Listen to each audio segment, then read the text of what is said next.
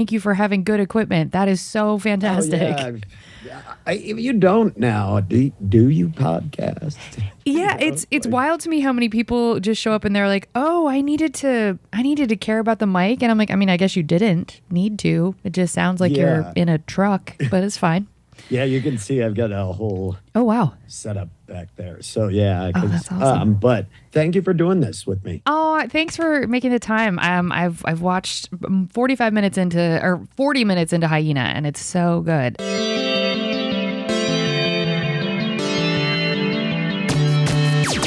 Oh, hi, you're listening to Service from Hell, a podcast featuring people that are currently in customer service positions or the lucky few that got out and all of the good, bad, and infinitely irritating things that go along with that work. I'm actor and writer Kate Gaffney and am uniquely qualified to discuss this as I used to work at a very busy and very popular comedy club in Los Angeles, and at least one of you listening right now has probably grabbed me and told me you were ready to order when I was running around like a crazy person. So let's eat. I'd like to welcome our guest, Denver-based comic Ben Roy. Originally from the, quote, racist inland of Maine, also known as Winthrop, Ben has been based in Denver since 1999, which is where he took to comedy after growing up playing in punk bands. A regular at Denver's Comedy Works, Ben was selected as a new face at the JFL Just for Laughs Festival, and comedy became his vocation, which is so hard to do, y'all. We'll get into it. Ben's newest special, Hyena, is ready for public consumption on August 10th of this year. Much of Hyena was written during the depths of the pandemic, which changed the world irreversibly, according to Ben. Just Ben. No one else feels that way. He said, quote, "It's become clear just how fucked we are. Our population has made us far too big to move in any one cohesive direction. We're sort of like the Titanic now. Our size has made it far too difficult to avoid any one sudden catastrophe. I believe what will happen will now happen. It's best to just laugh and enjoy what remains." Well, that's dark but true. So Ben, why is your special called Hyena? What made you shift from the punk rock scene you were in since you were 15 into the vastly less accepting world of comedy? Tell us. Well, I called it Hyena because I feel like things are dying or we've killed them. And so now I'm just kind of feeding off the bits of it and just sort of laughing at it, or trying to laugh at it, trying to find humor in it because it's very sad what we've done. And I emphasize we because I'm not pointing the finger. I'm contributed heavily to our planet's demise. But yeah, so this makes it sound like I'm a lot like sadder than I am. Yeah, I can confirm the special is very funny. So I just went in hard, but keep going. Sorry. Yeah, no, I appreciate that. But I played I've always played in bands. Music it was the first way I knew how to deal with pain or things I was confused about. I jokingly, I lovingly say that about inland Maine, that I grew up in the racist center of Maine. But like I just grew up in a very rural area, and there wasn't an economy, so music just became my outlet for everything in a way to express myself. And I think I got into stand up because I wanted to scratch the itch of performing. And I was playing in a band at the time, and it's very difficult to perform as much as you want in a band because of coordinating everybody's schedules. So it felt like stand up was a way to scratch the performance itch and the ability to write and create things, and do it sort of on my own schedule and at my own pace. So it was just another outlet, to be able to continue creating things. It wasn't like I never thought I would be a comedian. I just, my ex-wife, my son's mom, she got a job when we first moved to Colorado, together from Maine. She got a job at a comedy club working part-time. And so she was like doing the IDs at the door and walking people to their seats because she was only like 21 and I was 22 or 23. And just through over hanging out with the staff and watching the shows, like a manager convinced me to give it a shot just to try a new talent night. And that kind of just changed the trajectory of my life. It was not like a planned thing. I think you're being kind of But I was humble because I would imagine that the manager saw you and heard you being funny. I doubt he or she just went up to you and was like, "You look cool. Want to do this?" no, well, I we hung out with the staff, everybody, because she worked there, so we would party with everybody, and yeah, I would joke and cut up, and this manager at the time, who I always give credit because I would not have done stand up if it weren't for her. Her name is Christy Carlin. She was like, "You should try New Talent Night. Like, give it a shot," And I had done theater and music were like big in high school, so like being on stage was not foreign. It wasn't an uncomfortable thing for me. So it was more just the learning curve of writing jokes, and in essence, one-sided conversations, which is what stand-up is how do you have a one-sided conversation with an entire room of people. So yeah, it was very fortuitous. It was not a planned thing. I feel like that's kind of how it happens for people who are meant to be in it, is just the beacon of light keeps shining on you. And even if you're like, no, I want to do other stuff. I just think for some people, that's the channel that you're called to be in. That's really neat. I think too, like growing up in an area like I did, where it was very macho. It's a very like rural area. It's a lot of tough people. Saw a lot of fights, and I struggled with what my definition of being a dude is, or masculine.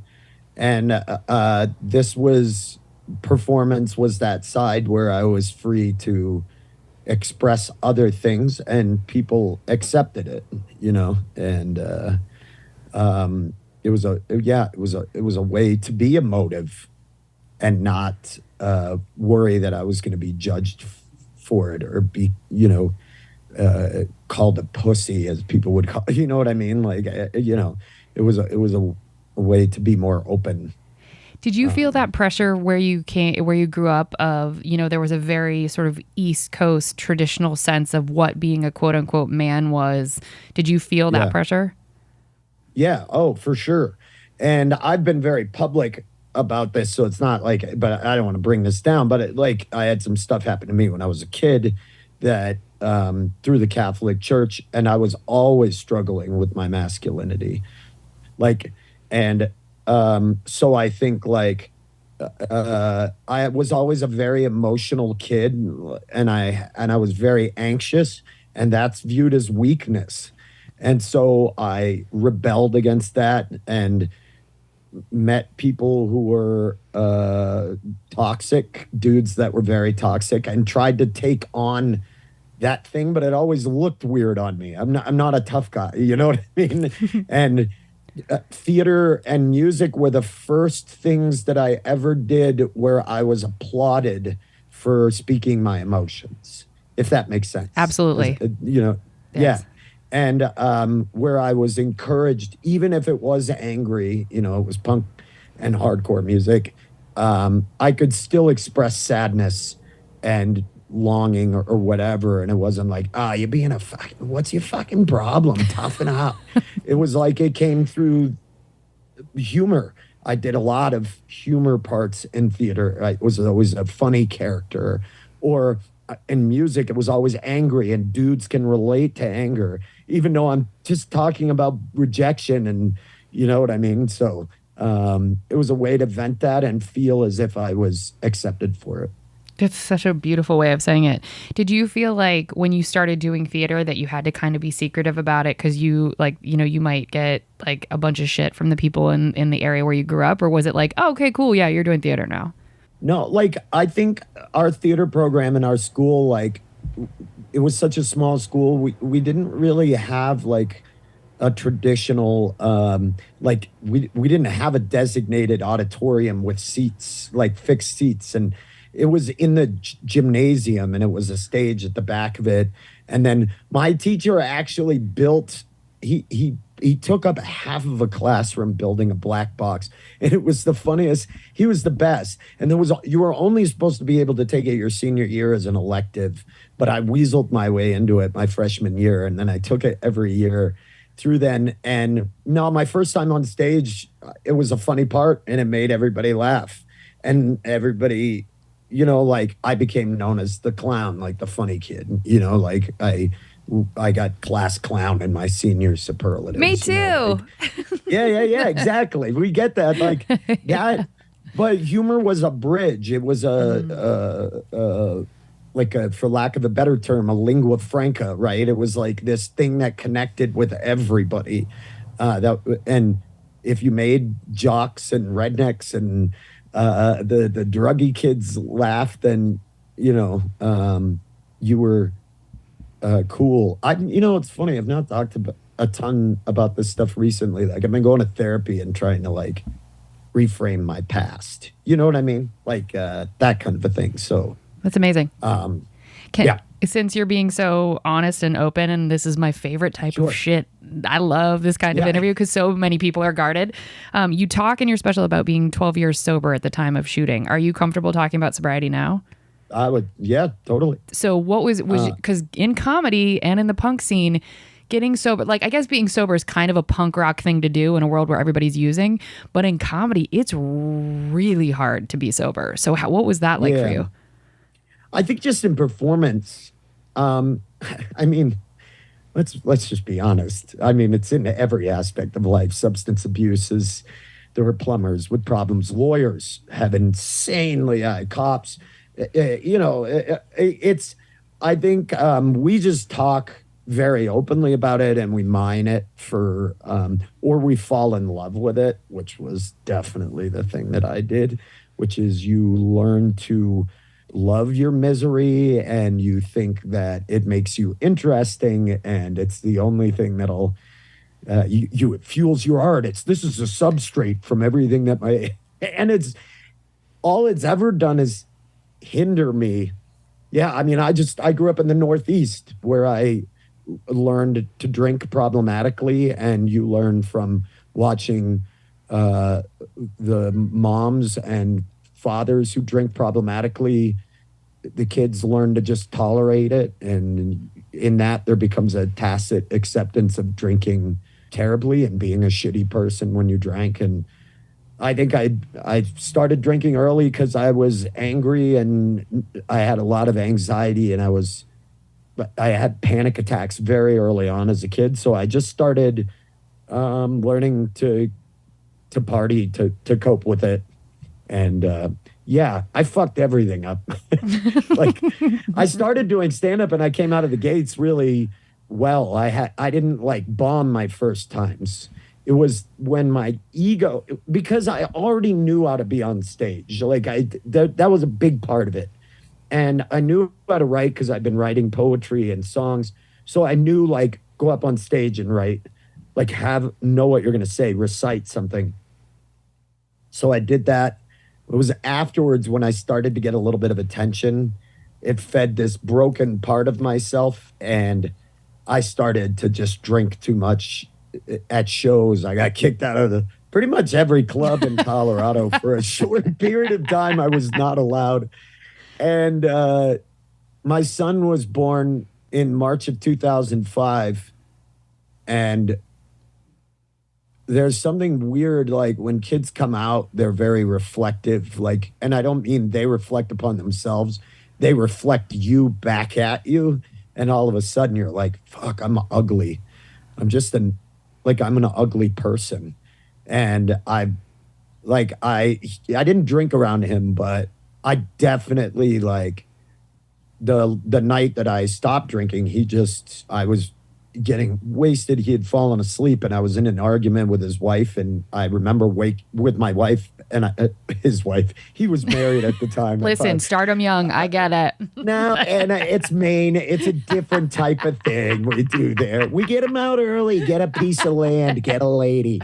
I woke up, like I came out of my blackout to see him standing in the doorway watching me, just shouting and being a tyrant. And I woke up, passed out on the floor, and I realized they had to step over me to get out of his room because I passed out in front of his door, and I was done. I just remember being like, My dad grew up and mom grew up in very alcoholic families. And I remember them talking about how much they hated their folks.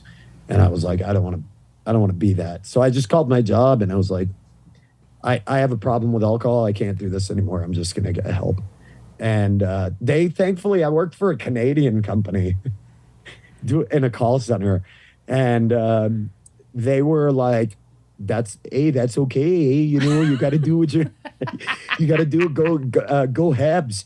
But anyway, no, they were like, you got to go. You got to do what you got to do. And they were very supportive of me getting help. And so, yeah, it's 13 years now because that was filmed last year. So, Hell yeah. Yeah. Lucky Do you not 13. drink? Are you sober? I don't drink. Sober? And I'm not California sober. I'm just very. I started to notice, like, I was like, okay, I want my career to shift. What's the thing I have to shift? And I was like, I'll just give up drinking and see what can happen. And it's I think I'm coming up on a year just to see, and it's changed my whole life. Like, and I didn't really think like I wasn't. It's just that problematic drinking runs in my family, and so I was always the one who was like, everybody else has a problem, and I was like, let me not tell people about themselves while I have a glass of wine in my hand. Like, that's the hypocrisy is real. So I was like, let me and so I basically quit drinking so I could tell people about themselves. I'm very selfish. So it's I love hearing stories, and like the fact that you're willing to share so honestly. It's like, it's life-saving. Sure, this type of sharing is it's just my favorite shit.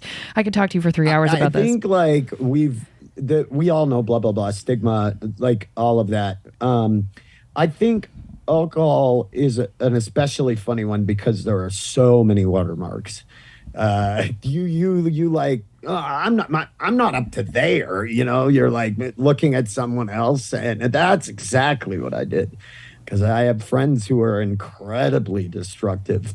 But I knew the whole time that I just didn't know how to have a weekly routine without drinking in it. I didn't know how to be angry without going to a bar and having a cigarette and drinking. And you can become addicted to anger. It's very easy. There's a lot of dopamine. You know what I mean? Like, you're flooded with all that shit, and you get a high off it. I don't care what anybody says. Like, it's intoxicating to be mad. Oh, yes. Depressed. Oh, yes. Or anxious even. Well, it can become an identity too. I think if you're like oh, that's the person we can go to. Like, I have a temper. And so it's like, oh, if you want how would you say it? Like a partner in rage, go to Kate, tell her something. She'll get riled up about it too. And I was like, that's not what I want to be known for. So I'm going to need to address that too. A partner in rage? Heck yeah. That's the title sounds sweet. I mean, we can talk about that. Partner in rage. I think I played bass in Partner in Rage. Probably best band ever. To 90. Yeah, they were so good. I love it. Yeah, congrats on a year. That's not a small amount of time. Thank you. Yeah, it feels really nice. But I mean, 13 is impressive. So can I just ask really quick, and we don't have to hyper focus on this, Sure. But were you like the day you decided and the lights came on and you were like, no more of this, did you get support in it, or were you just like, I'm done? Like, I'm just done and I don't have to. I know you said you're in therapy. So like, has that been enough to kind of keep you toeing the line of sobriety? Yeah. I think I'm not the best example of how to do sobriety because I checked into a rehab thing and then I think I did, I don't know, a week and I quit. I didn't like the environment. The place that I could afford to go to was through health insurance, and it was a lot of people that were court ordered to be there, so they didn't want to be there. And I had checked myself in, and in Colorado, the rule was at that time, at least, I don't know if it still is, but if you checked yourself in, it was outpatient. So I was going home at night. But yeah, I got a lot of support from family. My job at that time was amazing, and the boss, like my supervisors there, were just super great.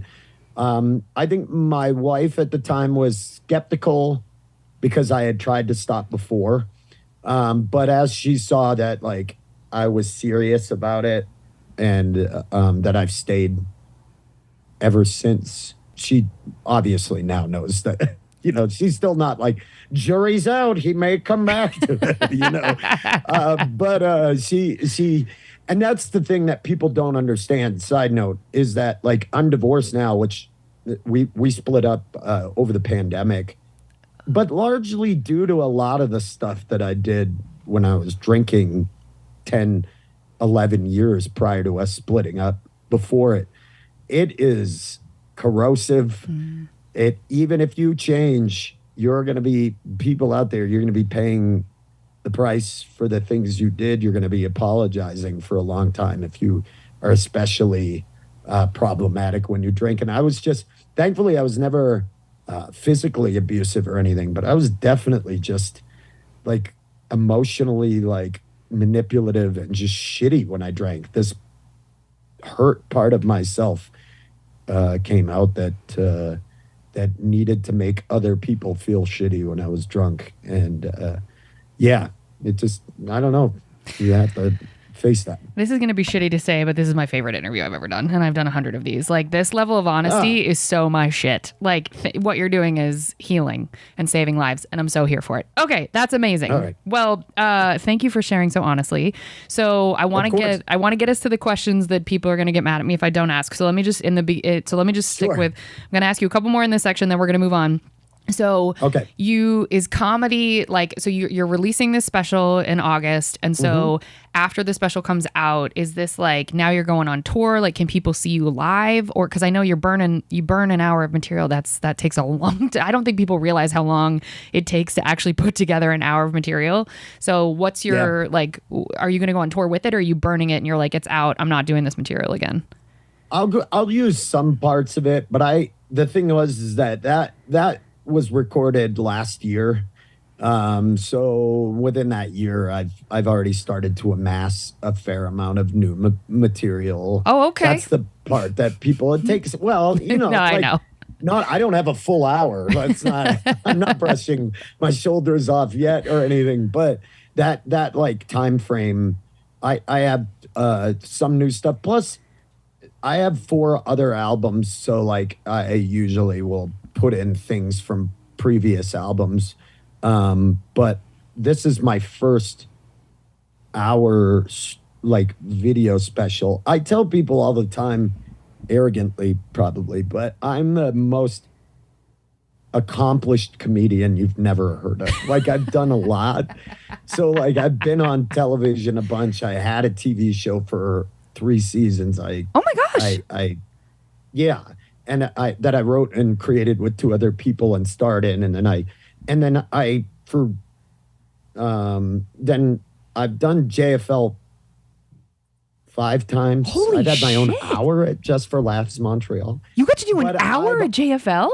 Yeah, I had my own hour at JFL and the New York Comedy Festival. And I didn't, I've been like, I think because I've always been a little scattered with my interests, because I do play music at the same time. And I lived in LA while we were filming the show, but I'm not good at like just going to a club and hanging out, which is what you have to do to kind of get involved. And I don't begrudge anybody who does. I'm just bad at that. I'm kind of nervous. And so like, and I've spent a lot of time in Denver. I just, this is my first time releasing a streaming special, and the people at 800 Pound Gorilla Media like have been super supportive of what I do. So that's amazing. What was the name of your first of all, for people, I mean, enough of our audience has heard me talk about JFL before, but that's an enormous accomplishment to not only be there once, but be there 5 times. To get an hour is virtually impossible. So what was the name of your show? Can people, not the JFL show, but the TV show that was on for 3 seasons? What can we? It was on True TV, and it was called Those Who Can't. Those Who Can't. And we played a terrible teachers in a struggling fictitious Denver high school, and it ended 4 years ago. But yeah, it was this odd footnote in my life where we sold the TV show from Denver somehow and made it for 3 seasons. That's amazing. So, yeah. It was an insane ride. and we're still trying to do stuff, but the media landscape is changing, and now with the labor stuff, like with the strikes happening, it's the industry's just at a halt. It's at a standstill from Yeah. COVID and now this. So Yeah. It's a weird time. It's a very weird time. it is a very weird time. I don't envy you being an actress.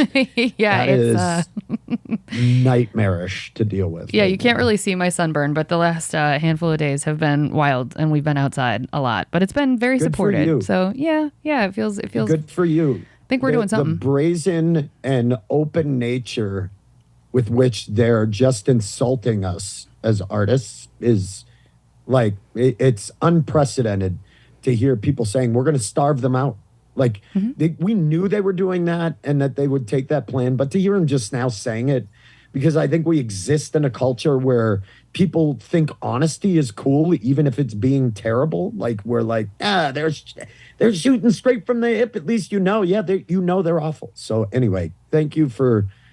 There's no picket lines here in Denver, so thank you for doing that. Oh my! I mean, thanks for saying that, and thanks for saying the quiet parts out loud. I wrote down honestly, honesty is cool even if you're being terrible. That's the truth. That's the truth right there. But look, I mean, we're talking about it. We're having the hard conversations. So, and I mean, like you noticed and you said it in the quote up top. Like this is just like it's really difficult to move in one direction. But I feel like all the laborers, for whatever reason, we're all kind of on the same page. So I'm holding out hope that because there's so many unions that are either about to strike or already on strike, it's like you can't make billions off of the backs of nobody. So, somebody's got to say yes. And if IATSE were to go. And UPS is about to, and then the LA Hospitality Union, especially Local 11. Shout out to Local 11, who's been on the lines with us too. They've been doing day walkouts, and then their contract is up. She told me, and I can't remember. I'll have to look it up. I'll put it in the show notes. Sorry, everybody. But anyway, their contract is coming up. So it's just like, it's all happening. I feel really positive about it. So, I do too. And I think, unions, I hope it reminds people in American society how important unions and collective bargaining is to, and how much a part of the fabric of our history it is.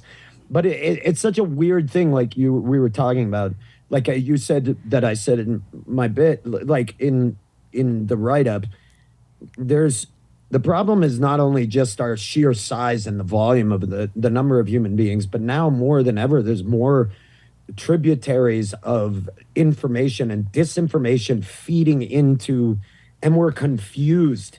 Everybody is confused. No one knows. And that is the plan, to confuse people. I mean, they were like, there's a great book. I encourage anybody who's listening to this. It's called Mindfuck. And it's by a guy named Christopher Wiley. He was the developer, basically the algorithm and computer brains behind Cambridge Analytica. And he's just this British club kid, part of the queer community in London, dance community.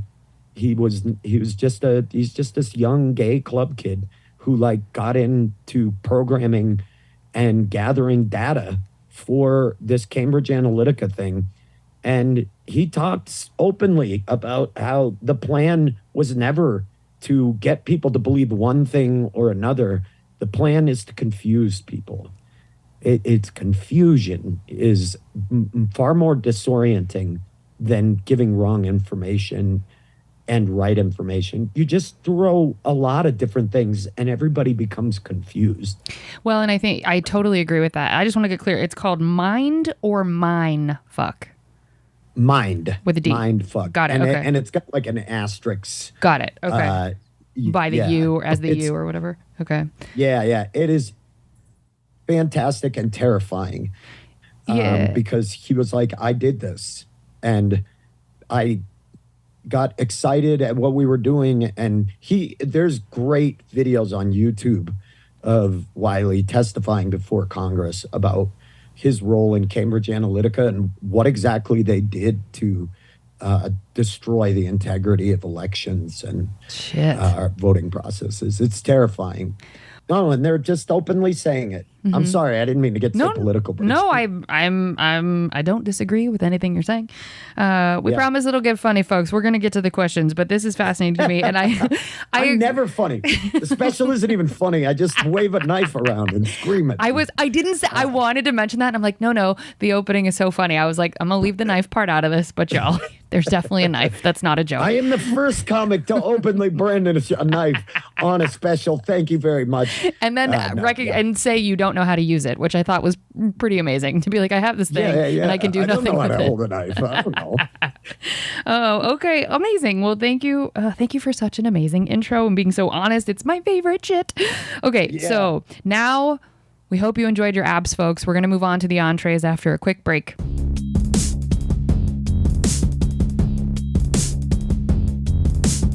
I built in breaks for ads, but we're not there yet. Okay, here we go. All right, folks, we're back. And now it's time for the entrees. Okay. As a long-standing fan of this podcast that you've listened to 6,700 times, Ben, we know. Thank you for all the DMs and the constant praise. We really appreciate it. So we always do the same questions in this section. And this is the part where we get into the nitty-gritty about customer service. Now, to be clear, I count comedy as customer service, but short of like a really great like heckling experience, and by great, I mean terrible, for the most part, this is where we focus on all the jobs you had before you became just super successful in what you're currently doing. So the first question we always start with is, what was your first job ever where the government was taking taxes out of your money? So you can say babysitting or whatever, but like, what was the first thing you did? No, not taking taxes out. I worked at a call center. They opened a call center in my very little town for Prodigy Internet. That's how long ago it was, which was like, it was AOL and Prodigy were the first internet service providers where you would get a disc in like a magazine or a newspaper. And Prodigy, people may remember it was like a star with a circle around it. And then there was AOL. They were the two competing ones. And so I did technical support for a company, and I had no idea how to use a computer. They truly did not care whether or not I knew how to operate a computer. They just needed people to answer the phone. And I did not. We did like 2 weeks of training, and I still came out of that so confused and I just got on the phone. People who are computer nerds will laugh at this. Basically, what I used to do is they'd be like, I installed your disk and now my computer's frozen and it won't, because it would mess up people's computers from time to time. They would install it and they didn't have the requirements necessary. And I would be like, oh, okay. And I'd make them like, I knew how to get people to run a scan disk and a defrag, which was like, at that time, would take like a day for their computer to do. They'd start it and their computer would sit and go through this totally mindless process of doing something, which I still don't know what the hell that did. And they would be like, then they would call back like a day later, and I'd get somebody else who had been told to do that by another rep, and they'd be like, that took like a day and a half. They'd be so mad. My computer's still jacked up. I had no idea how to do that job. But they were paying me like $14 an hour in 1998 when I was like 18 years old. That was a good paycheck. Wow. And my acting experience and being in bands and knowing how to talk, I just talked. I'm so sorry about that. What a bummer. Yeah, let's see what's going on. I'd just rummage around and shit. I didn't know what the heck. Can I swear? I didn't know what the fuck I was doing. I was just like pushing. I screwed so many computers up. But yeah, that was my first job. You're like Anthony Kiedis on the line, like, oh man, that sucks. Like, do you want to talk about music? Bro, my God, what a bummer. And we were in the middle of Maine, so my thick Maine accent at the time, I was just been like, that is so terrible. What a bummer. We're gonna get you fixed up. We're gonna get you out of here. All right. But through that job, I did learn. I did learn computers through that. So did you eventually stop lying and just say like, oh, actually, here's what you actually can do? Like, because people would call back and be like, yo, that defrag thing you told me to do didn't do anything. Or you nope, you just kept saying it. No, we had an escalation desk. If they got real irate, I'd just be like, well, I'm going to put you through to a supervisor. I'd go to a voicemail and somebody would apparently call them back because we were just like tier 1 support. And they gave us like, I don't know, like this book with like 5 things to try. And then that was it. So, but it was a sweet job. And it was literally like a mile and a half from my house. So, and I made pretty decent cash. Yeah, so I could see. So the pitch to get you to do the job wasn't like you just needed a job. It was like, hey, you're about to make a ton of money over minimum wage and you can walk here. Was that basically what sold you? It was like not working in like Maine just didn't have an economy. It was like you either go to a trade school or you go to college or you work like at a sandwich shop or, a gas station as a clerk. There's just no economy. It's there used to be like every town in Maine has the husk of some textile mill sitting in the center of it, like an old abandoned mill. It was like, that was the job I could get. And oh my God, that was why they probably moved there because, $11, $12, $14 an hour wasn't a lot for them, but for people in Maine, that was a pretty decent income. So that's awesome. Okay. So you do that job. What's the gnarliest call you ever got? Were you ever just like, whoa, this person is not calling for tech support. They're either lonely or they're being mean, or like, was there ever a call where you were like, this ain't about computers though? Oh, all the time. Yeah. There were a lot of funny calls. There was a one time where a person said that it was an older person said that the foot pedal wasn't working on their computer. And after a while, it took me to realize they were using the mouse with their foot. They thought it was a pedal. And then I had another person who said that they put the disc in, but they heard a crunch. And I was like, this is a hardware issue. And they were explaining it. They put it in the floppy, like the not the hard disk, but the floppy. And they turn that little, you remember it used to have a little like knob in the front that you would turn down to lock the disc in. That was the crunch. I guess it like, they had tried to, so it was mostly that. But one of the craziest calls I ever had was a couple just I would put them on hold, but a typical for us was to mute the person because it was easier on the phone. We had a little box that had a mute button and it didn't play music, but it would just go silent so they couldn't hear me while I was talking. And this couple, every time that I put the phone on mute, went right back to having sex. Shut the fuck up. They were calling me. And I would like take the headphones off and I'd hand them to like my boss and I'd be like, listen to this. Oh my God. And they're just like, like just going to town. And it was so gross. And eventually I had to be like, you guys can call. Sir, I'm not going to do this. And they were like, it's fine. How do we get this installed? And eventually my manager had me just hang up because they thought maybe it was a prank. I don't know, but it was aggressive. They were both into it, though. I want everybody to be aware. From what I could glean, it was all consensual. On all sides, except for yours. Everybody, they both seemed into it. So, yeah. So 2 out of 3 participants were stoked to be there. Okay, got it. Okay, so how many customer service jobs have you had total? You can count comedy, but truly the No. You can name them if you want and count them. Most of them. Oh, okay. I would say all of them. I was a phone jockey for a long time. Yeah, that's interesting. And then I got sick of doing that, and I worked managing a liquor store when I first moved to Denver, right downtown, like this dilapidated liquor store in Denver called Denver Drug and Liquor. And it was it happened to be right across the street from our apartment. And I'd walked out of a job. I had this office space moment. I was doing customer service for Dish Network at that time. When I moved to Colorado, I got a job doing customer service and in a call center, big old call center. And I just walked in one day and sat down at my desk, plugged my headphone in, pulled up my computer and the the customer service stuff, and I went to log into the queue. Anybody who's ever worked it knows the queue where the calls are. I could see there were 19 calls in queue, and I could not touch the login button. And I just stood up and I went to my manager's booth with my headset and my badge, and I was like, Maria, I don't want to do this anymore.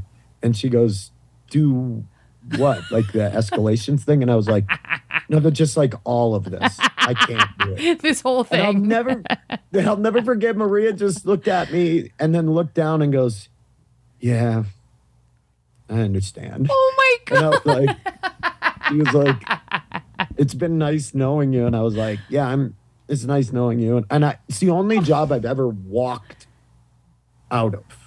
I just walked out. And so I got a job at a liquor store.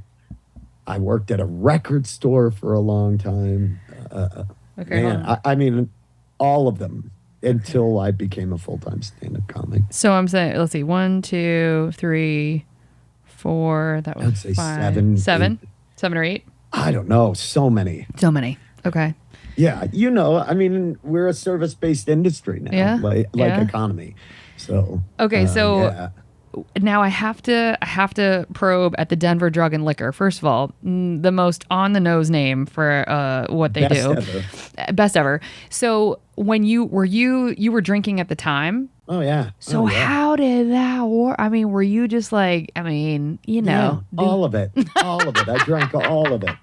My ex was partied too, so it was like I'd leave and I was allowed to grab like stuff from the cooler. So Oh my I'd just God. show up with beers and, like a half pint of something, and we just sit on our porch. It actually was that was one of my favorite jobs.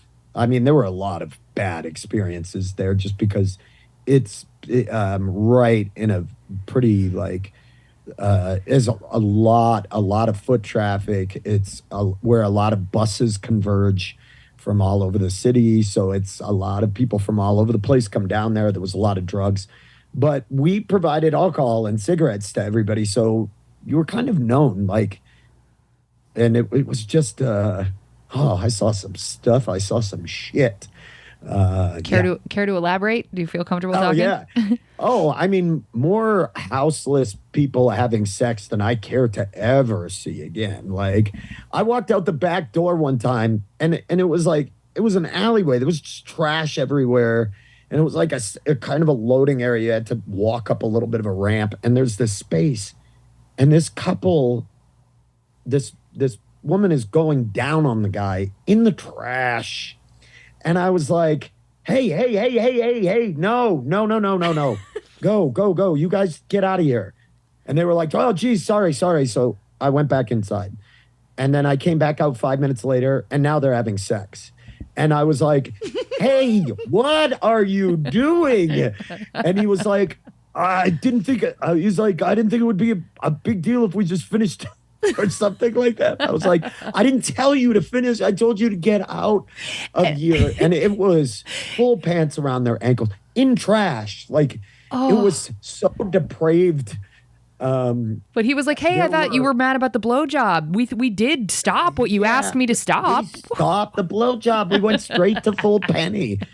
And it was the weirdest. It was the weirdest job because there were things that we sold that were quite clearly for drug users. Like we had these things called glass roses, which were roses. They were like a small miniature rose where you that put had your been crack blown out of glass.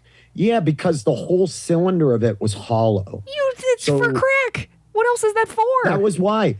You would have thought the city was in love with just giving each other. It was a city of love. Though, if you didn't know that every person, like dozens of times, hey, do you guys sell glass roses? And it'd be like, yeah. And they were exactly that. Some company manufactured these tiny glass roses, but they were hollow all the way through. They were glass. They were a perfect crack pipe. I mean, and we sold them for like $1.25. And And the amount of single cigarettes, which you weren't supposed to do. You but it sold was a Lucy's? bodega type thing. Yeah, we sold Lucy's for a long time. And that was like a big thing too, for a quarter for a cigarette. And, I mean, they were making $4 or $5 when a pack at that time was 89 cents or a buck. There was like a full 300% markup on that pack. So it was like I don't know, it was just a crazy job, but I loved it because like some mornings I could sit on we had the newspaper boxes or whatever, in a line, and you could just sit on those on a break. And I don't know if you've lived in the middle of an area like that ever, but when it's in a good mood, it has mood. It's the electric. It's the best feeling in the world. Yeah. Yeah, you're like, hey man, what's going on? What's up? People stop and talk to you. They move along. You're part of this bustling, problematic, complicated community, and I don't know. There was a part of it that I truly loved. Pittsburgh is exactly like that. I visited Pittsburgh a couple years ago, and I was like, "Oh, this is a vibe I could super get down with." You saw drug deals and you saw prostitution and you saw, of course, all the ancillary things that are part of a city. But that sort of we're moving in lockstep with one another energetically I miss that about an insulated city. There's problems, but I think people who live outside and who talk about cities are bastions for crime. Yeah, there's crime, but there's also these insane communities that exist within them. I knew everybody. This was the kind of thing that happened. There was this old man who used to always come in to the store, and he would buy a jug of wine. He would buy these big jugs of almost Chianti or red wine. And he would get them, and he looked destitute. He was missing teeth, and he was just fucked up. And he lived above this. He lived in this thing called the Congress Hotel, or above the Congress Lounge, which people in Denver would know. It's right downtown. It's this dilapidated hotel. I think it's actually called the Hotel Newsom or something, but it's above.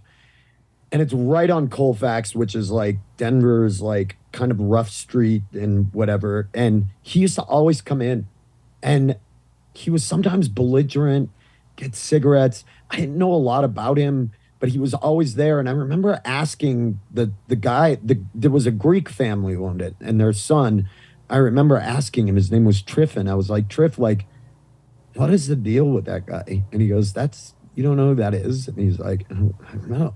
And he's like, that guy's name is Joe Bonner.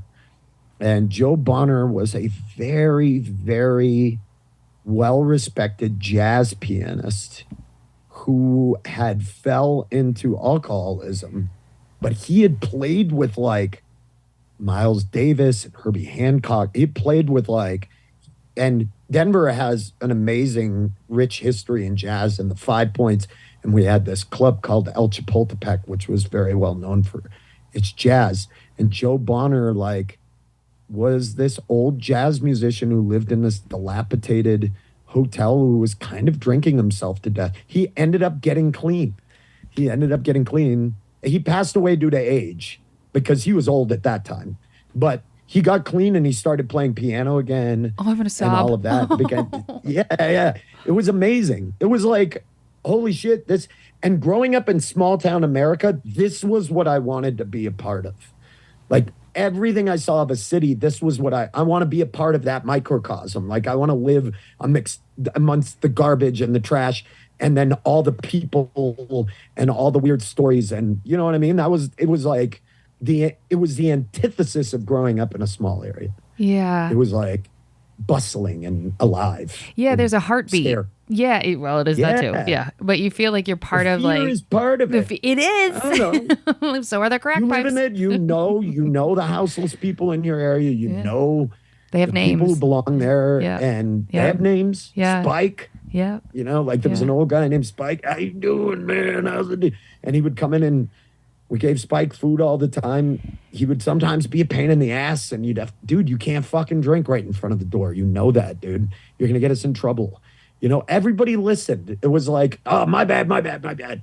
even the dealers. You knew everybody, you know. Not to make this sad, but so I think people don't know this. I didn't know this. I talked to an unhoused advocate who lives in LA, and she was saying that the biggest thing that they have to contend with is they can move the unhoused community to tiny houses.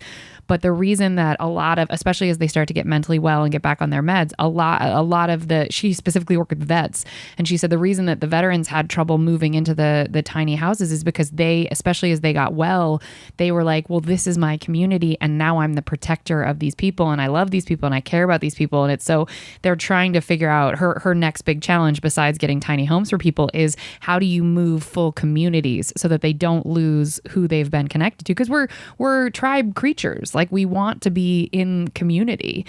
Drive by any of those areas. Drive through Skid Row. Drive through any, the Tenderloin in San Francisco. You see people gathered. Yes. They gather. Yes. They sit around, there'll be all their tents, but they're all sitting around. They all talk all day long. There's no fucking streaming services unless they're getting it on their phone.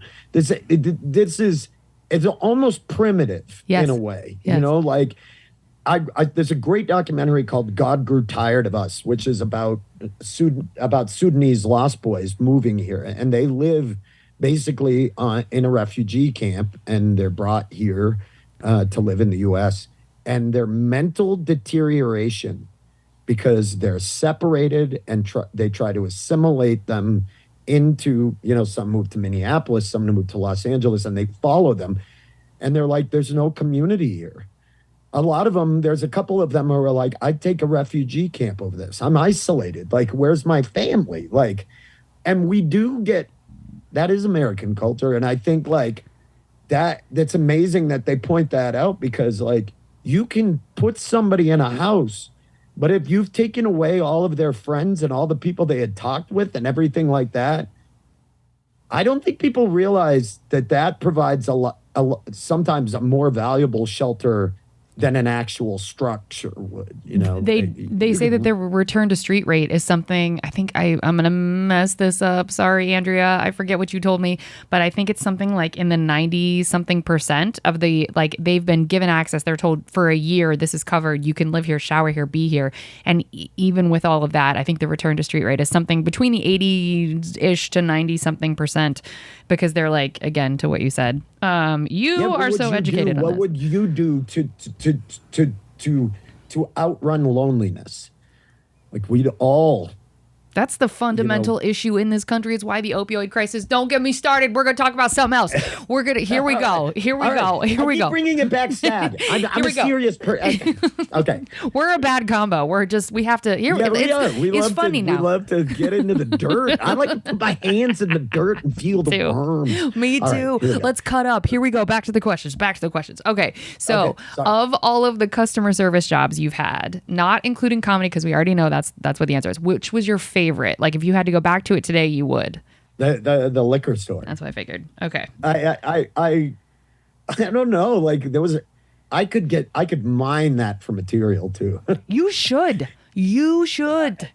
I think I don't remember a lot anymore. Like it was 20 years ago. So now it's but I was on my feet. I got to talk to people of all different walks of life. It was also kind of a grocery store. It was a small grocery store. You're describing a bodega, essentially. Like you are. I mean, that is really. It was a bodega. Like, but we didn't, Denver doesn't have that. Sure. Like New York kind of. Well, if there wasn't a cat, you don't get to claim it as a bodega. There has to be apparently a cat. There's no cat. There was no bodega. Okay. And of all of those customer service jobs, which was your least favorite? I worked for a bagel chain. I won't say which one, but the biggest bagel chain, probably. Okay. Named after a physicist. A smart dude. Got it. Yeah. And oh my God, did I hate that job. Why? I hated food service. People are assholes about their food. What? That is brand new. What? I don't know if your listeners know this, but they're insufferable when it comes to food. And My God, did people order the weirdest stuff? I'd make stuff that I'm like, this is a guy used to come in and get a hot ham and cheese sandwich on a toasted chocolate chip bagel. And Oh, that makes me sick. I love and sweets, I'd but be that like makes me sick. mashing it together, and I'm like, nah, I can't even. I just hated it, and people were rude. Put the locks on.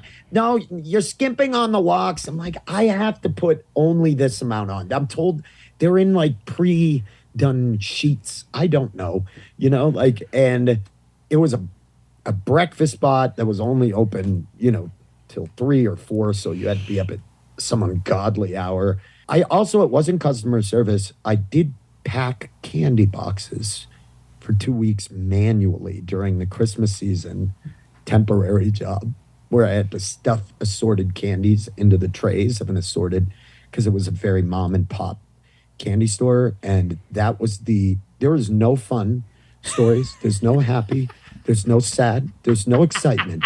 There was just hours of putting those chocolates into those little cellophane cups and putting them into the trays for hours on end. 2 weeks, I died every day when I had to go to that place. I joked, I'd be like, they were like, you can eat as much candy. And I was like, how much would it take for me to kill myself or for me to end it? Because the median age of everybody else packing was 70-something years old, and I was 24. And the guy who owned it wouldn't let us listen to the radio. No, come on. No radio. You are no lying. I'm not even fucking making this up. How do you not, like, especially someone prone to like anxiety and depression, me too, my brain would go nowhere good. Like, that's all I did. I just did laps, and I picked apart every part of myself. I wanted to leave Maine, and it was a way to make money very quickly. They needed somebody. And so I just suffered through it. But that was the longest 2 or 3 weeks of my life where I was like, I've never worked a job this bad in my life. What was the, like, I don't understand. I'm going to hyperfixate on this. Did he explain the logic for not turning on the radio? I don't understand. He thought that it would affect productivity. And then he was like, there was myself, he was probably in his 60s or 70s. And then there was a group of women, and he's like, plus we all listen to different stuff. It's going to be, let's just talk. And I had nothing. I mean, I didn't have anything in common. I looked similar to what I do now, just younger. I mean, I had all the tattoos like that. I don't know how they didn't, like, they just needed somebody really bad. For our listening audience, Ben is covered minus his head, basically down to the fingertips, as tattoos everywhere. Full sleeves, hands are covered. Like, there is very little free, what do they call it? Free skin, free space, whatever tattoo people call it. Very little free space. Open skin on this man's body. I don't know. Yeah, so I don't know. It was awful. But it got you out of Maine. So that's a good, or it fed the getting you out. Yeah. Okay. So what's the weirdest thing you've been asked to do whilst on the clock? And you can't say not listen to the radio, because we already know that. So, like, what's like genuinely the weirdest? To wrestle juggalos. I feel like you just said to wrestle juggalos, but that's probably not what you said. I said wrestle juggalos. Can you please elaborate on what? I worked at a record store, and they encouraged us to track down. They would say, you don't have to catch shoplifters, but if you do, you'll get a $50 bonus on your paycheck if you catch one.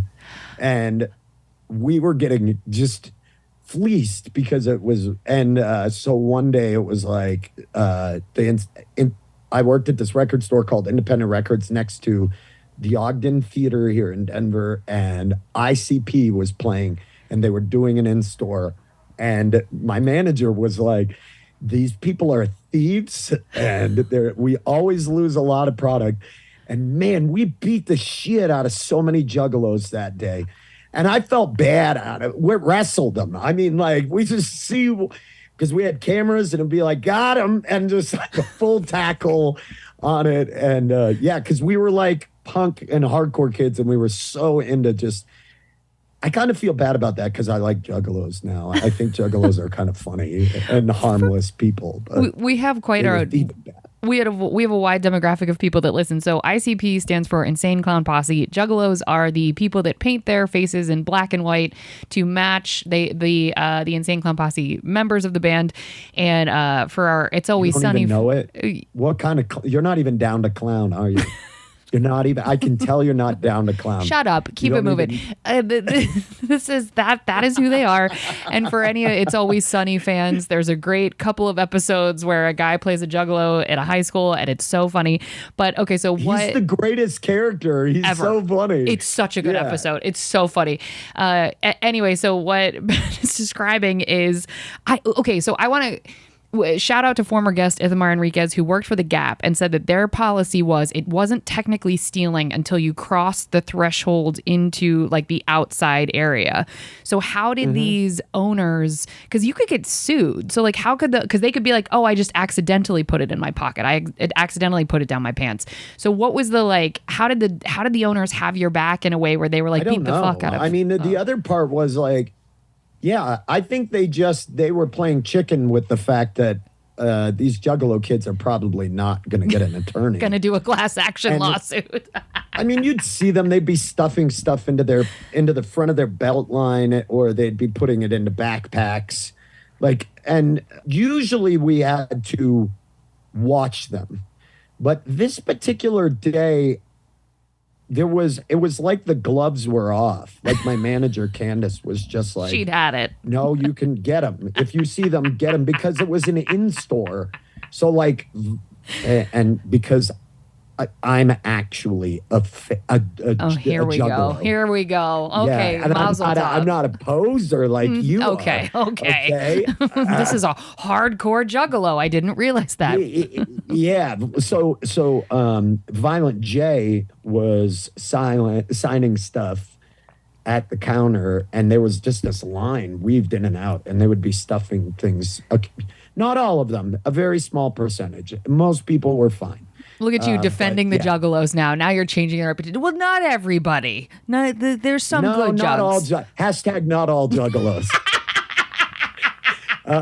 Trust and believe. That's what I'm calling this episode. Done. Yeah. Hashtag not all juggalos. Oh, I can't.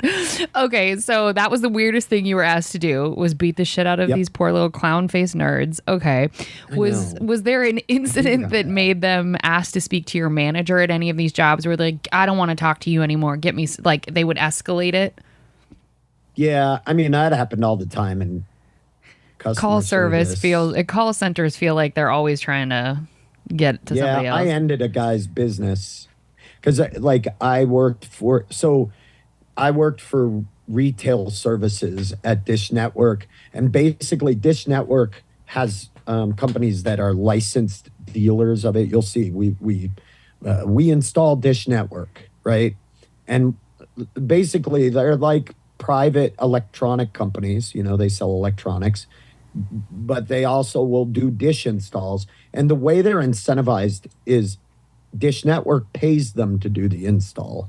So they do it up front, and then what they would do is mail in their paperwork with the UPC code from the boxes that they did the install with of all the equipment, stapled to the invoice, and then we would pay them for all their equipment. So it was like they did the install, they'd get $200 for the install, and plus we'd pay for all our equipment. And Dish Network makes their money by the person keeping the service for a year or whatever, right? So this guy had a new company, and he'd been cranking them out, and he was like, I'm just wondering when I'm going to start seeing the money for all these installs and the equipment I did. And I looked, and he'd been taking copies of the UPC code, not cutting the actual, he'd been photocopying them. And he had done, thousands of dollars he'd invested in this. And my boss was like, no, we can't pay him for that. And I said, well, do you have the original UPC codes you could send us? And he was like, I threw all the boxes away. I threw them in recycling into the dumpster. Like, I sent you guys them, they're photocopies. And I'm like, I can't, I'm sorry. And I went to my boss, and my boss was like, you can escalate him to me, but I'm not gonna do this. And I'm like, this dude's crying on the phone. Like, he's like, I'm gonna have to close my doors. I can't afford this. Like, But do you think he was running a scam? Like part of because when I initially heard you describing no, it, I thought, oh, he's running some kind of scam. It was just he no, I literally think he didn't just cut it out. misunderstood. Oh I my think he thought like cutting the God. cardboard out is an incredibly like clumsy thing to do, like actually putting the UPC like cut out of the code.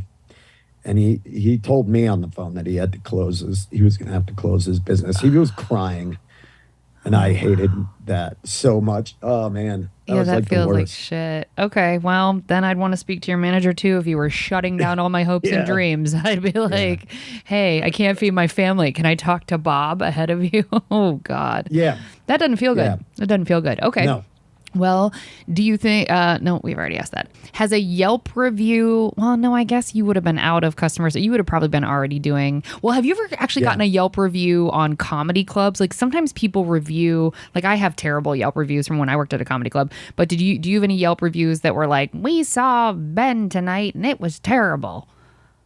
No, I mean, there's been voicemails left for sure because that happens from time to time at the club. Who Where calls a customers comedy will club to bitch about a comic? board people. I Yeah. don't know. I Okay. mean, just he was crass. One person I kicked out of the club, and they were like, I kicked out of the show like because they were drunk and talking. That happens All the time. You're just like, yeah, All the time. you're like, just go, Just get leave. out. You're disruptive. Yeah. Like. So they'll leave voicemails for the club, but no, never a Yelp review. Honestly, I wish I could because I know it's kind of fun. I'd love to for marketing purposes, like just Yeah. screen cap it and put it as my Facebook banner. I said Like, I'm gonna do an episode where I just read all the Yelp reviews that mention how terrible I am. And I was like, I should still do that, but I haven't done it yet. I need to. are they still up? Oh, You yeah. totally should. Oh, they're crispy. They're awesome. real. Yeah, they feel good. And like to be fair, working at a comedy club, like your sections are too big. So like when them calling me a slow server, 100% correct. I saw them twice in a 3-hour show. But yeah, some of them were just mean. So whatever, fuck them. Okay, what was the last straw that got you out of any of these jobs? Now you told us about the call center. I wrote down Direct Dish Network, where you were like, hey, no more. But was there ever a last straw at any of these jobs where you were kind of like, I am out so fast? Yeah, I got robbed at was gonna ask. the record store. Oh, at the record store? I Yeah. figured it was at the liquor store. No, the Ooh. liquor store. Like, You had the neighborhood I protecting probably you. shouldn't say this because I don't know that the family. I don't know. I wonder sometimes if they were connected to like 1,000%. the Greek mafia. If 'cause you were there was, never like, robbed, there 1,000% they were. Yeah. Now it just was not a thing. They never touched that. Everybody behaved in that place. Interesting. And the Greek population at that time, like had a lot of businesses on Colfax. So no, I was working. There was the big record store, and then there was this big theater called the Ogden, and then right beside it, it was called the Independent Annex, and it had mostly just used stuff. It was like a small store beside it that sold used stuff and like head shop. It had bongs and pipes and papers and posters, and it was only manned by one person. And we had been warned by the cops that somebody had been a serial robber, had been going to the stores, and this guy just came in, and my radar went off immediately. He You was knew. just acting weird. He was waiting for everybody to leave the store, and he was just kind of not really, and he wouldn't take his hand out of his coat pocket. And then he came up to the counter and he put 2 single incense down on the counter, which is like 15 cents or something. And I was like, it's whatever, say 15 cents. And he put a quarter down, and I was like, and I handed him change from the share a change thing. Smart. You knew not to I open didn't the wanna register. open the You drawer. knew. And then he just stood there and stared at me, and I was like, fuck, I'm gonna get robbed. And then he said, this is a 38, and give me just the large bills from the register. And I just held my hands up, and I was like, dude, I don't make enough to deal with that, and I gave him all the 20s and what was underneath the tray, and he just walked out. They caught him that night. Oh, they caught him. That was the last store. Yeah, I called the police and they caught him. He tried to rob a restaurant further down the street later on. And he was just like this little kind of sad looking little white dude. I don't know. He looked like he had a drug problem. Yeah, And probably. he really honestly had there not been a gun, this guy was not intimidating in any manner. Like he was just this little dude. I don't know. I don't know.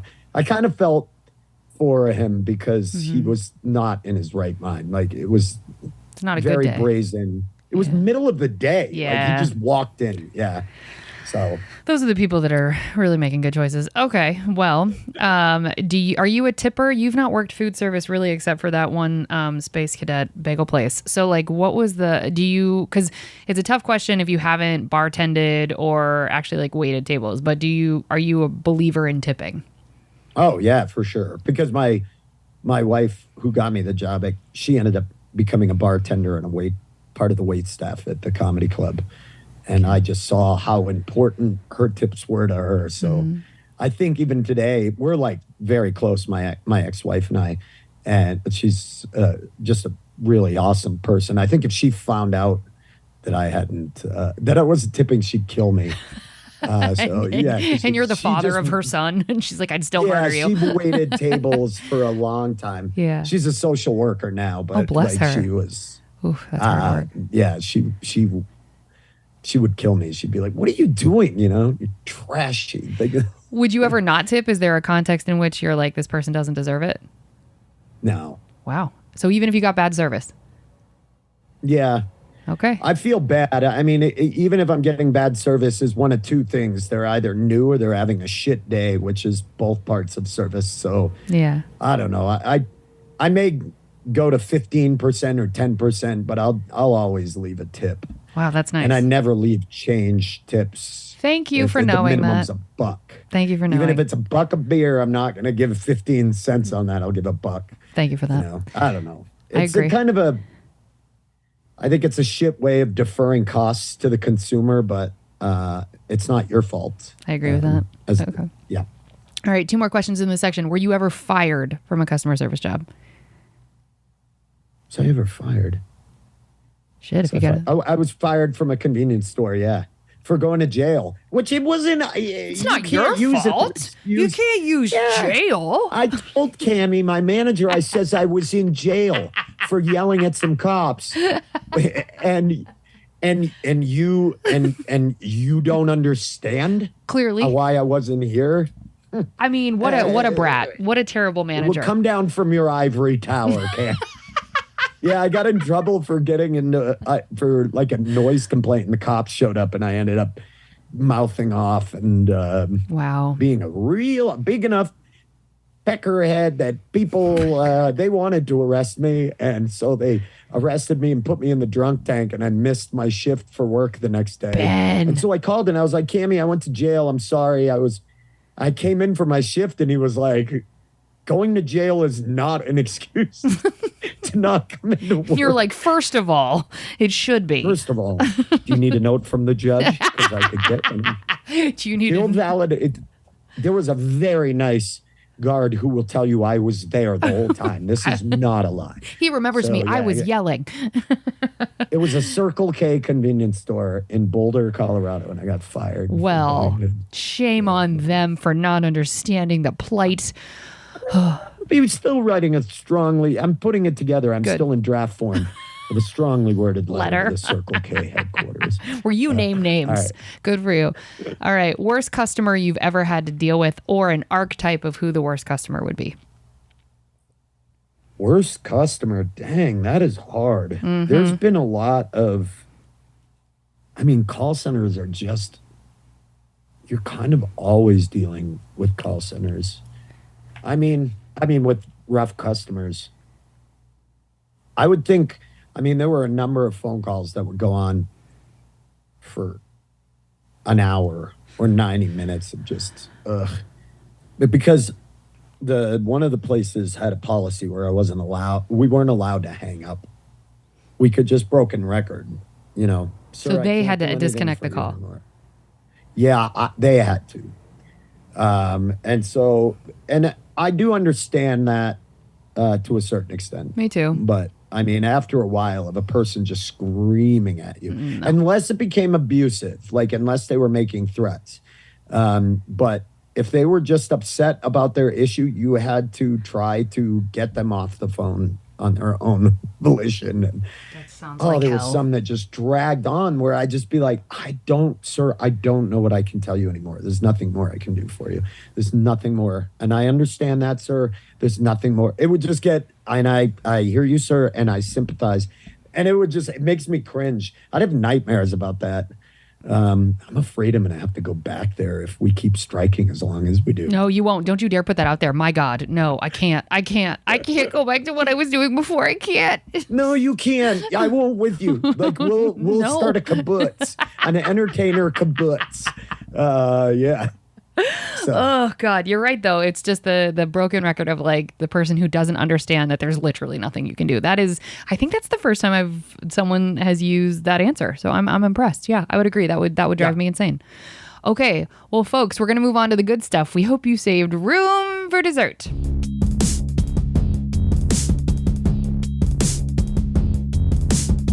Okay, what's the nicest thing a customer has done for you whilst you were working at any of these jobs? You don't get to count comedy.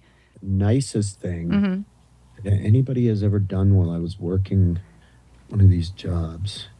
I mean, when I worked at the liquor store, you know, on my birthday, people would bring things in, or they would say happy birthday, like these, like, yeah, I mean, they were like, it was like a neighborhood thing.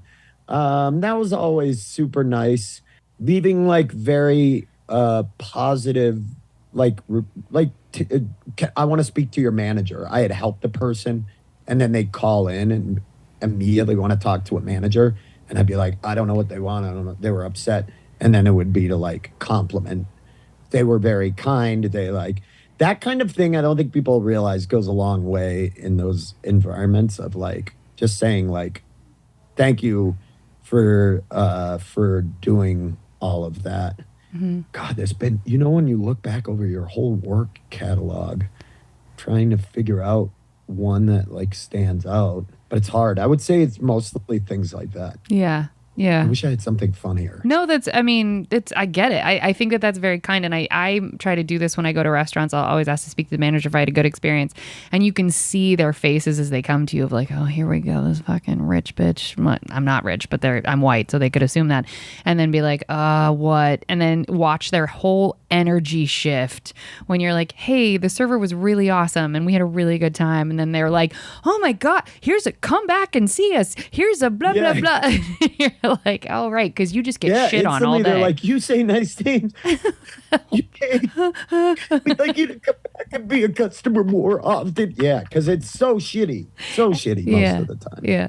Okay, what's the best time you've ever had at work? Oh, man. Again, you can't count comedy. One time when I worked at that company, I'll just say their name because they were great. The one that helped me get sober before, like there was a call center I worked. They were an insurance aggregator. Like they basically help people find auto and home and life insurance. It was called NetQuote. It was a website. And one time we had all decided like a bunch of us had put together a trip to Vegas for literally like 18 hours. We got off work on a Friday. We had vans pick us up. We had arranged it. All of us had worked it out. Everybody threw in and paid their part.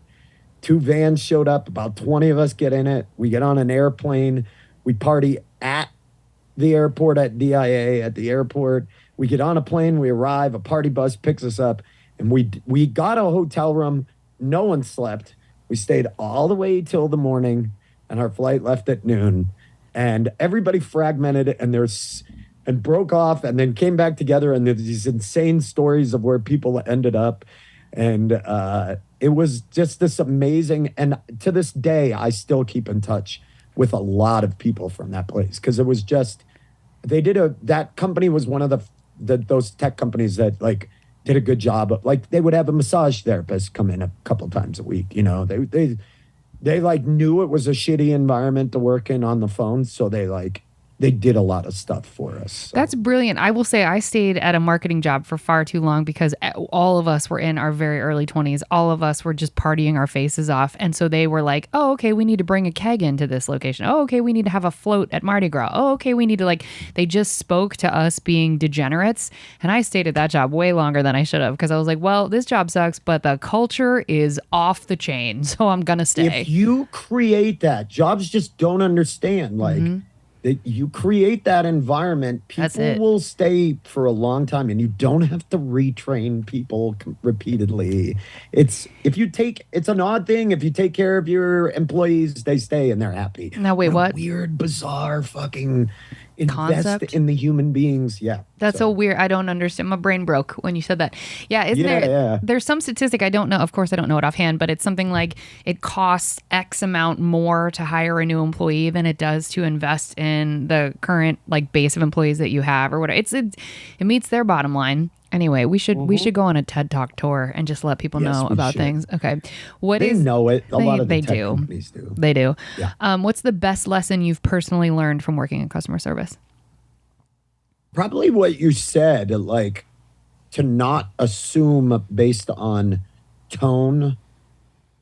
And I still kind of take that in stand-up. To not assume by facial expression or tone that you know what someone's going to say. To like try to, hear them out. And also like the power, and as much as I've talked today, that this will seem as if I haven't learned that, but the power of like listening. Even if there were so many things I diffused by just letting them talk and vent and being like, that must have pissed you off. I'd be pissed. Or just being like, so like, tell me about that. Like, get to that point where I just like draw it out because they'd usually calm down. You're the first person that's listened to me. And you realize, I'm sure you did, most people just want you to hear them. Half the time, it's not even, they're not complaining. They're just complaining about everything. Like, it's why they say in Australia, I just read this, that the what's the word, esthetician, who are the people that cut the hair? I keep wanting to say beautician because I'm a boomer. Whatever the people that do the snips of the hair, they are also side trained in psychology and therapy because in Australia they recognize that that's usually the person that someone just like downloads all of their, like, my husband does this, my wife does this, my whatever, and they said that it has helped their overall, like they've done like an overall quality of life check for people in Australia. And ever since they started training their like barbers and hair people to also do therapy, that it's like changed everything. I always said when I would do happy hour bartending at this really tiny bar, that I was there to listen, and that I had regulars that would come like clockwork every day. And it was like, oh, Kate, I got to tell you this. And it was kind of fun, but it was also kind of like, right. But I am on the clock. So I do have to serve all these other people. But there's a piece of working at customer service that really is truly just listening. So I would agree with that. I think that's really good advice. And last question in this section, what's one piece of advice you would give to customers who interact with customer service workers? The same. Listen. Listen, slow down. It's not personal. Like, it's real fucking easy to take it personal. But I'm probably preaching to the choir to people who listen. I mean, they know. It's real hard also to not react. So probably say that to customers. Like, just be aware that when a person is reacting behind the counter that you're dealing with, they're probably also not reacting just to you. That's been their whole day in front of them where they're rushing around. So, but yeah, I think it goes a long way to just try to hear what the person's saying. Wow. Well, this was just what a delightful, lovely, honest, wonderful interview, Ben. I want people to find you. I want them to watch your special. I want them to find you on the socials. Like, please plug, promote, do all of the things right now. You can find me at BenRoy00 on all of the social medias. And I have a podcast called The Grawlix Saves the World, GRAWLIX, where myself and the two dudes that I created the show with, we We take on self-help challenges every week to try to better ourselves, and we do it sort of competitively, as we're kind of competitive. So we'll try to be better at being better than you know what I mean? We're trying to be so better mad. than each other at being better. It's the most It's male terrible, and shit it's of all time. yeah. It's still, so it's real stupid. And my band, spellsrules.bandcamp.com. It's spells. You can find it too wherever you stream stuff. But my new special, Hyena, is August 10th. Oh, 10th. And I'm that sorry. I comes think I out. said the 11th. I'm so sorry. 10th. No, August 10th, you're August fine. 10th. 11th, they can watch it too. Okay. That's the great thing. It'll be streaming for free on YouTube, so they can check it out. Amazing. Well, folks, we're going to drop your checks now. Thank you so much for listening. If you want to help us out here at Service from Hell, we'd love to have you subscribe, rate, and or review the show wherever you listen. It will help us reach more people that need to be schooled on the art of being kind and will be catharsis for those of us still working in the industry. If you want to get in touch with us at Service from... Wow, Kate, you've never done this before. If you want to get in touch with us directly at Service from Hell, send us your receipts to servicefromhellpodcast@gmail.com. We always love hearing from y'all, and we really appreciate all the emails and outreach. Remember, if you can't afford a tip, you can't afford to go out, so don't be garbage and be good to people. It's easier that way. Thanks for being on, Ben. This was so fantastic. You got it. You rule, and thanks for having me. This was such a pleasure. All right, everybody. Thanks for listening. Good night.